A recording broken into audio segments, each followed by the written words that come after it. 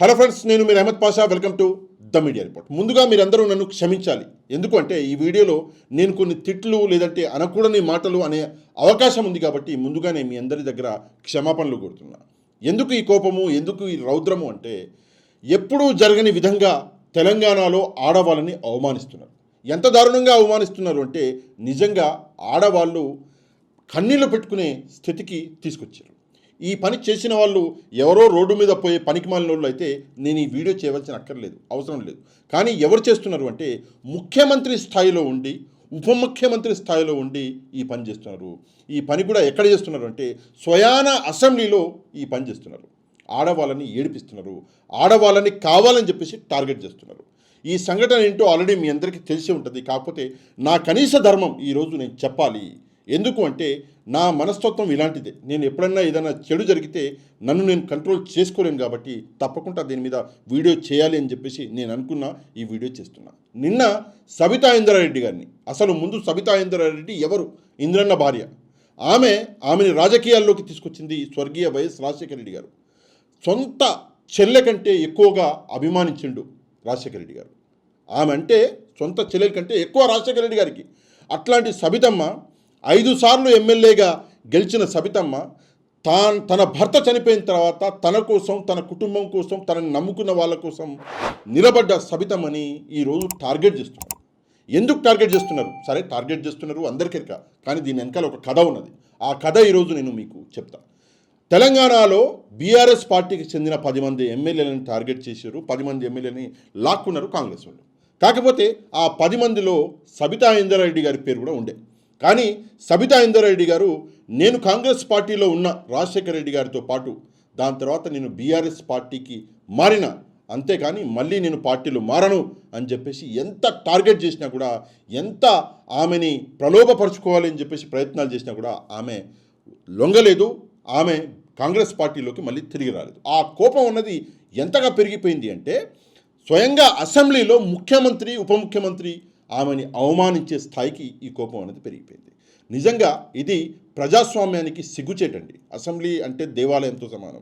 అట్లాంటి దేవాలయంలో ఒక మహిళకి ముఖ్యమంత్రి ఏమంటాడు, అక్క అక్క అని నమ్ముకుంటే మా పరిస్థితి ఇది, రేపు పొద్దున నువ్వు కూడా పోయి జూబ్లీ బస్ స్టాప్లో అడక తినవలసి వస్తుంది కేటీఆర్ అని చెప్పేసి ముఖ్యమంత్రి అంటాడు. ఉప ముఖ్యమంత్రి గారేమో ఏ మొహం పెట్టుకుని మాట్లాడుతున్నారు అంటాడు. ముందుగా నేను రేవంత్ రెడ్డి గారికి కొన్ని విషయాలు చెప్పాలి. ముందుగానే క్షమాపణలు చెప్పినండి. నేను ఏదైనా తప్పుగా మాట్లాడితే క్షమించాలి.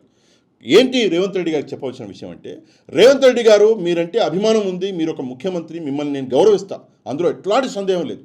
కానీ రేవంత్ రెడ్డి గారు, మీరు నిన్న అక్క అక్క అని చెప్పేసి అంతగా అవమానించారు ఒక మహిళని. నిజంగా మీ అక్క దగ్గరికి, మీ సొంత అక్కగారి దగ్గరికి లేదా మీ సొంత చెల్లెలు గారి దగ్గరికి వెళ్ళి ఈ మాట మీరు అనగలరా? అంటే వాళ్ళు ఊకుంటారా? ఒక్కసారి ఆలోచించండి. మీ కుటుంబంలో ఆడవాళ్ళు అంటే అది వేరు, బయట ఆడవాళ్ళు అంటే అది వేరా? ఒక్కసారి ఆలోచించండి. ఎంతలా ఆ మహిళ, ఆ సబితా ఇంద్రారెడ్డి గారి మనసు నొచ్చుకుని ఉంటుంది. ఎప్పుడు నేను సబితా ఇంద్రారెడ్డి గారు జనరల్గా అట్లా చూడలేదు ఇంత సెంటిమెంట్గా. ఆమె నిన్న ప్రెస్ తోటి మాట్లాడుకుంటూ కన్నీళ్ళు పెట్టుకున్నది. ఏమని అంటే, ఇట్లా నన్ను టార్గెట్ చేస్తున్నారు అని చెప్పేసి. నిజంగా ముఖ్యమంత్రి గారు, సరే మీ క్యారెక్టర్ అంతే, ఇది మొదటిసారి జరగలేదు. ఇంతకుముందు డీకే అరుణ గారు అని చెప్పేసి కాంగ్రెస్ పార్టీలో ఉండే, ఇప్పుడు మన బీజేపీ నుంచి ఎంపీ ఆమె. డీకే అరుణ గారిని దారుణంగా ఒక మొగోడు ఒక ఆడ మహిళతోటి మాట్లాడుతున్నాడు అన్న ఇంగితం కూడా లేకుండా, సరే ఆమె ఏమన్నది అన్న విషయం పక్కన పెడితే, మగవాళ్లకు ఓపిక ఉండాలి. ఆడవాళ్ళు ఏమన్నా అన్నా కూడా దాన్ని స్పాంటేనియస్గా తీసుకుని ఆ సత్తా, దమ్ము అన్నది ఉండాలి. కానీ ఆ రోజు డీకే అరుణ గారిని దారుణంగా నిందించరు, అవమానించరు. నీకు ఇది అలవాటే, ఆడవాళ్ళని నిందించడం, అవమానించడం. సేమ్ అదే పరిస్థితి ఇక్కడ అసెంబ్లీలో చేసినాం. ఇదొకటి. రెండోది బట్టి విక్రమార్క గారు, మీరు ఏం నోరు పెట్టుకుని మాట్లాడుతున్నారు అంటే, ఏ మొహం పెట్టుకుని మాట్లాడుతున్నారు అంటే ఏ మొహం పెట్టుకుని మాట్లాడాలి? అసెంబ్లీలో మాట్లాడడం ఎమ్మెల్యేగా ఆమె హక్కు. ఆమెని ప్రజలు ఎమ్మెల్యేగా గెలిపించి అసెంబ్లీకి పంపించారు. మిమ్మల్ని ఎట్లయితే పంపించారో అట్లనే ఆమెను పంపించారు. అంటే ఆమెకు మాట్లాడే హక్కు లేదా? సరే, మీ లెక్క ప్రకారం, బట్టి విక్రమార్క గారి లెక్క ప్రకారం పార్టీ మారడం తప్పైతే రేవంత్ రెడ్డి ఏడికెళ్ళి వచ్చిండు? మరి రేవంత్ రెడ్డిని దమ్ముంటే అడగండి. ఏం రేవంత్ రెడ్డి గారు ఏ మొహం పెట్టుకుని మాట్లాడుతున్నారు అని అడగండి, చూద్దాం. తోపుషర్లకు దూషేస్తాడు మిమ్మల్ని. ఆ? ఏం రేవంత్ రెడ్డి గారు మీరు ఓటుకు నోటు కేసులో దొరికిర్రు, మీరు ఎట్లా ముఖ్యమంత్రిగా ఉంటారు అని చెప్పేసి అడగండి చూద్దాం. మిమ్మల్ని ఉంచుతాడు అసలు ఉప ముఖ్యమంత్రిగా? అక్కడ మాట్లాడే దమ్ము లేదు, కానీ మహిళల ముందల ఆడవాళ్ళని కించపరచడం, అవమానించడం. సరే, తప్పు అన్నది కామన్. తప్పు మాట్లాడేటప్పుడు ఒక మాట అటు ఇటు దొరుకుతుంది. ఇప్పుడు నేను 100 మాట్లాడతా, ఏదో ఒక మాట అటు ఇటు దొరుకుతుంది. ఆ దొరికినప్పుడు ఏం చేయాలి మొగోడు, ఏం చేయాలి మొనగాడు? ఏం చేయాలంటే, నేను నా మాటను వెనక్కి తీసుకుంటున్నా, ఏదో మాట్లాడే క్రమంలో మాట దొరికింది అని చెప్పేసి మాటను వెనక్కి తీసుకుంటున్నాను. లేదా ఇంకా మొగాడైతే క్షమించమ్మా అని చెప్పేసి ఒక మహిళని క్షమాపణలన్నా కోరాలి. ఎందుకంటే క్షమించు అని అడిగితే ఆ మొగుడు చిన్నోడు అయిపోడు, ఇంకా నీ స్థాయి ఇంకా పెరిగిపోద్ది. క్షమాపణలు కోరితే చిన్నతనమా? క్షమాపణలు కోరకపోతే మొగతనమా? అది తప్పు. క్షమాపణలు కోరిన వాడే అసలైన మగవాడు. ఆడవాళ్ళని గౌరవించుకోవాలి. ఆడవాళ్ళు అంటే పరాశక్తి.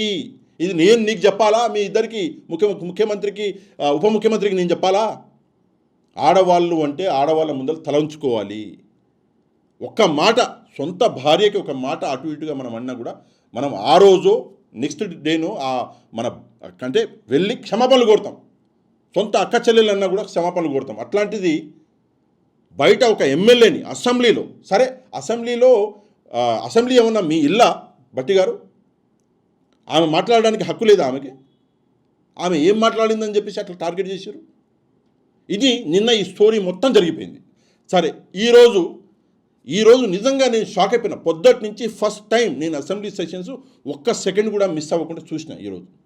ఎందుకంటే నేనేంటంటే అసెంబ్లీలో ఈరోజు న్యాయం జరుగుతుందేమో, సరే నిన్న చేసిన పనికి పోనీలే మా చెల్లె లాంటిది, మా అక్క లాంటిది అని చెప్పేసి వచ్చి వాళ్ళు విచారం వ్యక్తం చేస్తారేమో అని చెప్పేసి ముఖ్యమంత్రి గారు బట్టి విక్రమార్క గారు, ఉప ముఖ్యమంత్రి గారు అనుకుంటే లేదు, ఈ మ్యాటర్ని పక్కదోవ పట్టించారు. ఎంతగా వేడుకున్నా కూడా చైర్ వచ్చేసి వీళ్ళకి అవకాశం ఇవ్వలేదు.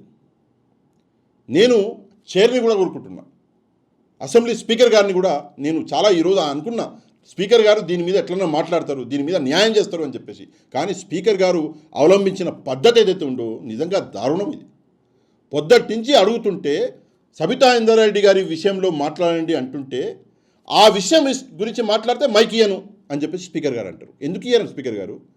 ఇదేమన్నా మన ఇంట్లో ఏదన్నా గేమ్ ఆడుకునేది? ఇది అసెంబ్లీలో మీరుండంగా ఒక మహిళ మీద ఇట్లా తప్పుడు మాటలు మాట్లాడారు. మీరు అసెంబ్లీకి తండ్రి లాంటి వాళ్ళు, మీ బిడ్డలు అందరూ. అట్లాంటిది ఒక బిడ్డ గురించి ఇంకో బిడ్డ తప్పుగా మాట్లాడితే మీ ధర్మం ఏంటి? ముందుగా మీరు బయటకు వచ్చి ఈ ఇష్యూని సార్ట్అవుట్ చేయాలి. లేదంటే అసెంబ్లీ సెషన్స్ని కొద్దిసేపు ఆపి మీరు ఆ పార్టీని ఈ పార్టీని పిలిచి మీ ఛాంబర్లో మాట్లాడాలి. మీరు అది చేయకుండా ఇది చేయకుండా సబితా ఇంద్రారెడ్డి గారి ఇష్యూలో మాట్లాడితే నేను మైకు ఇవ్వనంటారా? ఏం సార్, ఏంది అన్యాయం? మనం ఏ ఆటవిక జీవితం బతుకుతున్నామా? లేదా మనం రాజ్యాంగం ప్రకారం బతుకుతున్నామా? ఒక మహిళకి అవమానం జరిగితే మీరు ఇచ్చే గౌరవం ఇదేనా? ఒక్కసారి నేను ఆలోచించుకోవాలి సార్. నేను చైర్ని రిక్వెస్ట్ చేస్తున్నా, ఆలోచించుకోవాలి. ఎందుకంటే ఇట్లా ఎప్పుడూ జరగలేదు. సరే, ఇదంతా జరిగింది.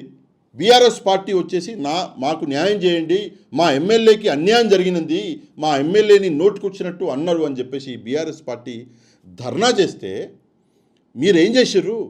జంతువుల్లాగా, కింద చూడండి కనిపిస్తుంది, జంతువుల్లాగా ఎమ్మెల్యేలని ఈడ్చుకపోయి అరెస్ట్ చేస్తారా? ఇది తెలంగాణ వచ్చినప్పటి నుంచి, తెలంగాణ ఆవిర్భావం నుంచి ఇప్పటిదాకా ఇది ఎప్పుడన్నా జరిగిందా? ఎన్నిసార్లు జరిగింది? ఒక్కసారి మీరు చెప్పండి, నాకు అర్థం కావట్లేదు. ఇదా ప్రజాపాలన ఇదా? మగతనం ఇదా? ఏంటి ప్రజాపాలన అంటే? ఇట్లా తీసుకెళ్ళి జైల్లో పడేయడమా? ఇట్లా నోటికి వచ్చినట్టు ఎంత మాట వస్తే అంత మాట అనేయడమా? దీన్ని ప్రజాపాలన అనరు, దీన్ని రాక్షస పాలన అంటారు. తెలంగాణలో రాక్షస పాలన సాగుతున్నది. దీనికి కారకులు ఎవరు అంటే తెలంగాణ ప్రజలం. నేను కూడా కారకుడిని, మీ అందరికీ తెలుసు. కాంగ్రెస్ పార్టీకి సపోర్ట్ చేసిన వాళ్ళలో నేను కూడా ఉన్నా. బహిరంగ క్షమాపణలు అడిగిన 2 నెలల కింద బహిరంగంగా క్షమాపణలు అడిగిన. కేసీఆర్ గారిని క్షమాపణలు కోరుకున్నా, హరీష్ రావు గారిని, కేటీఆర్ గారిని, కవిత గారిని అందరికీ క్షమాపణలు కోరుకున్నా. ఎందుకంటే రాష్ట్రం రావణ కష్టం అయిపోతుంది అని చెప్పేసి బాధ తట్టుకోలేక నేను ఆ రోజు కాంగ్రెస్ పార్టీకి సపోర్ట్ చేసినందుకు సిగ్గుపడుతున్నా అని చెప్పేసి ఆ రోజు నేను క్షమాపణలు కోరుకున్నా. వీళ్ళందరూ కాంగ్రెస్ పార్టీ వస్తే రాష్ట్రాన్ని బాగు చేస్తుంది అనుకున్నా నేను. ఈయన పోయి ఫామ్ హౌస్లో ఉంటున్నాడు కేసీఆర్, ఫామ్ హౌస్ పాలన చేస్తున్నాడు కేటీఆర్కి అహంకారం ఉంది అని చెప్పేసి నేను తప్పుగా అనుకున్నా. కానీ ఈరోజు కాంగ్రెస్ పార్టీ అసలు తెలంగాణలో చేసే ఈ దుశ్చర్యలు ఏవైతే ఉన్నాయో నిజంగా ఈ దుశ్చర్యలు చూస్తుంటే సిగ్గేస్తుంది. సబితా ఇంద్రారెడ్డి గారి మనస్తత్వం ఎలాంటిది, ఆమె ఎట్లాంటి వ్యక్తిత్వం ఉన్న మనిషి, ఈ విషయం మనందరికీ తెలుసు. ఎవరితోటి అంతగా మాట్లాడే వ్యక్తిత్వం కూడా కాదు ఆమెది. మాట్లాడినా కూడా 2 ముక్కలు ఏదో పాయింట్ టు పాయింట్ మాట్లాడి అక్కడి నుంచి బయలుదేరి వెళ్ళిపోద్ది. అట్లాంటి ఒక మహిళని మీ పార్టీలోకి రాలేదని చెప్పేసి మీరు టార్గెట్ చేశారు అంటే నిజంగా ఇది సిగ్గుచేటు. ఇది మన రాజ్యాంగం ఇచ్చిన హక్కు ఆమెకి. ఆమె వచ్చి ఎమ్మెల్యేగా అసెంబ్లీలో మాట్లాడేది. ఏ మొహం పెట్టుకొని మాట్లాడుతున్నారు అంటే ఏం మీకు బానిసలా? ఏంటి అహంకారం, ఏంటి ఖండకావరం? ఒక్కసారి ఆలోచించుకోవాలి. తెలంగాణ ప్రజలు ఆలోచించుకోవాలి.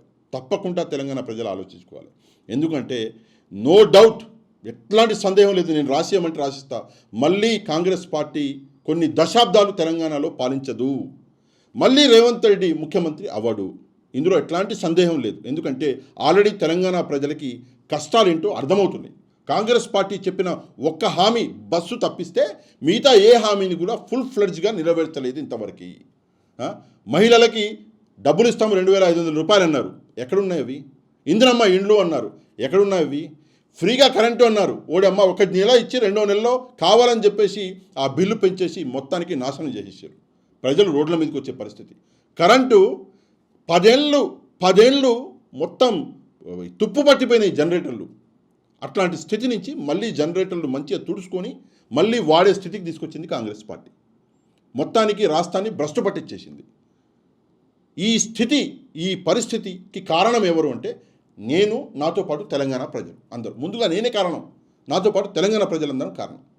ఈ దుస్థితి పోవాలి అంటే మళ్ళీ తెలంగాణ ఉద్యమం లాంటి ఒక ఉద్యమం అన్నది రావాలి. ఈరోజు విద్యార్థులు, చదువుకునే విద్యార్థుల భోజనాలలో బల్లులు ఏంటి, ఎలకలు. నిరుద్యోగులు బయటకు వస్తే పోలీసుల చేత కొట్టిస్తారా, అరెస్టులు చేయిస్తారా? ఇదా తెలంగాణ? ఇదా తెలంగాణ కోసం పడ్డ కష్టం? చచ్చిపోయారు తెలంగాణ కోసం, చాలా ప్రాణాలు పోయినాయి, ప్రాణ త్యాగాలు చేసి తెలంగాణ తీసుకున్నారు. అట్లాంటి తెలంగాణలో ఈరోజు అసెంబ్లీలో, నిండు అసెంబ్లీలో ఒక మహిళకి ఇంతలా అవమానం జరిగితే మళ్ళీ మహాభారతం జరగదా? 100% మహాభారతం జరుగుతుంది. నేను ప్రతి తెలంగాణ వాసిని నేను కోరుతున్న ఒకటే విషయం ఏంటంటే దీని మీద గలమెత్తండి. బీఆర్ఎస్ పార్టీ, కేసీఆర్ గారి వల్లనే తెలంగాణ వచ్చింది, ఇందులో ఎట్లాంటి సందేహం లేదు. ఈ మాట నేను అన్నాడు కాదు, ఈ మాట రేవంత్ రెడ్డి అన్నారు, అందులో ఎట్లాంటి సందేహం లేదు. అట్లాంటి తెలంగాణని ఈరోజు తీసుకుపోయి మళ్ళీ అదే కాంగ్రెస్ పార్టీ చేతిలో పెట్టినాము. మొత్తానికి తెలంగాణని నాశనం చేసే ప్రక్రియ అన్నది 8 నెలల కిందనే మొదలైపోయింది. తప్పకుండా ప్రతి ఒక్కరూ దీని మీద రియాక్ట్ అవ్వాలి. ఈ వీడియోని వైరల్ చేయండి. ఈ వీడియోని వైరల్ చేయడానికి 2 పద్ధతులు. ఒకటి, వీడియోని లైక్ చేయండి. దాని తర్వాత ఈ వీడియోని మీ వాట్సాప్ గ్రూపులలో మీకు తెలిసిన వాళ్ళందరికీ పంపించండి. నెక్స్ట్ వీడియోలో మళ్ళీ కలుద్దాం. అంతవరకు థ్యాంక్ యూ వెరీ మచ్. జై హింద్.